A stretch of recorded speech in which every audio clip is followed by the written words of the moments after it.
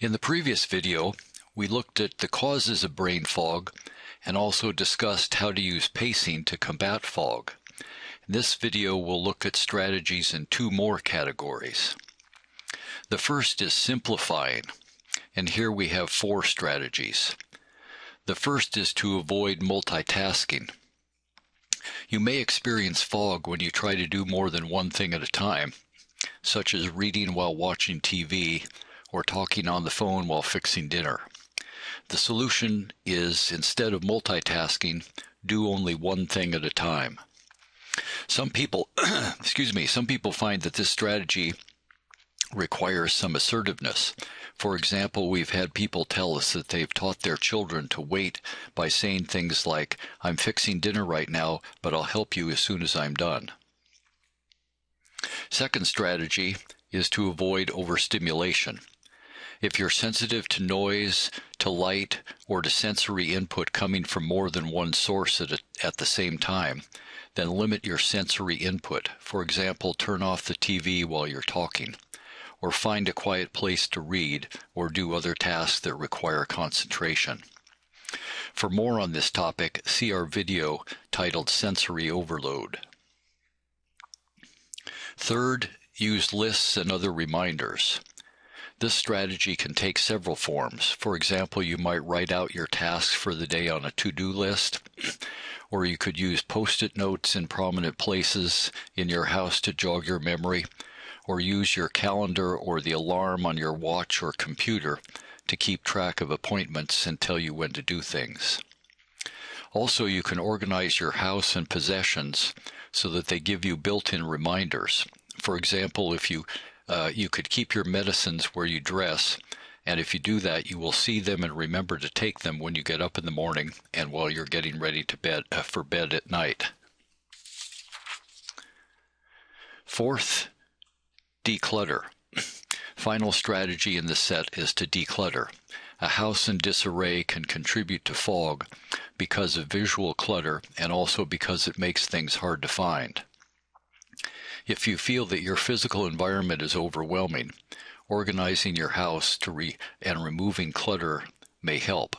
For how-to ideas and a personal success story, see our article titled Illness and Housekeeping, or visit the Fly Lady website. Let me write those out for you.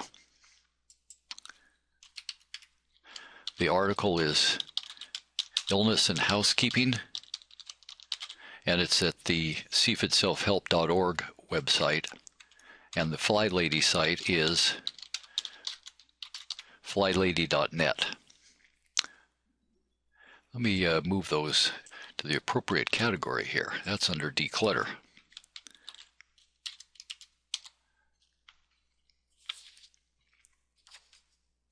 The last category of anti-fog strategies I call other fog busters. So let me move down there. Oops. There we are. And here we have 5 additional strategies you can use to control cognitive problems. The first is to do something physical. Physical activity can increase energy and clear your mind. Activities include exercise, laughing, singing, and deep breathing. For some people, fog may be triggered by lack of nutrition. For them, eating counteracts mental fuzziness. The second is to plan your response. Deal with the fact that brain fog is confusing by planning your response ahead of time. For example, you might decide to respond to fog by lying down or by switching to a less demanding task. Over time, you will create a new habit, making your response to fog automatic. The third is to control stress. Stress can trigger or intensify brain fog, and you can reduce fog by avoiding stressful situations and by learning how to relax in response to stress. We have articles on this, complete with step-by-step instructions for several relaxation techniques, in the stress management section of the library on our website. That's the cfidselfhelp.org website.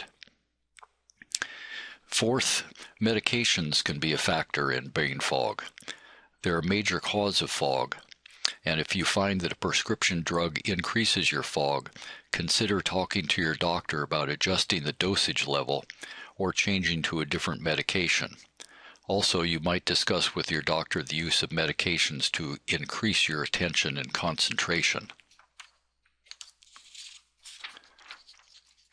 Lastly, brain fog can be frightening and embarrassing, but you can learn to speak reassuringly to yourself and to others when you feel a lack of mental clarity. Also, if you feel anxious, just thinking about something you have to do, try slowing down. I'd like to close our discussion of brain fog by returning to an idea I mentioned in the previous video, and that is that symptoms of CFS and fibro are often best addressed by using a combination of strategies. Let me go down to the slide for that.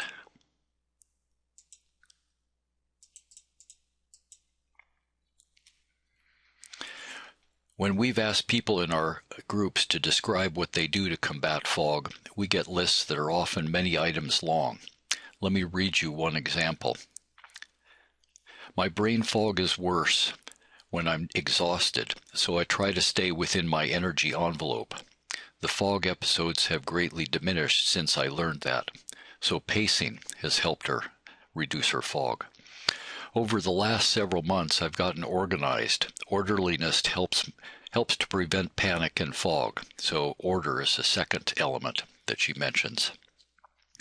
And when I'm too tired and foggy to think, I put things off until the next day and get extra rest instead. So there are two additional strategies, postponing and resting. I use self-talk too, saying this too shall pass, or nothing catastrophic will happen if I don't do this right now. That keeps me from going into panic mode and meltdown. I'm mentally sharpest in the morning, before I get really tired, so I schedule all my brain-heavy activities in the morning and leave the simple tasks for afternoon. So there's the time of day strategy. Also, I nibble some protein every couple of hours. Lastly, food. So there you have it, 7 strategies in 9 sentences. Hope you found this helpful, and good luck in combating brain fog.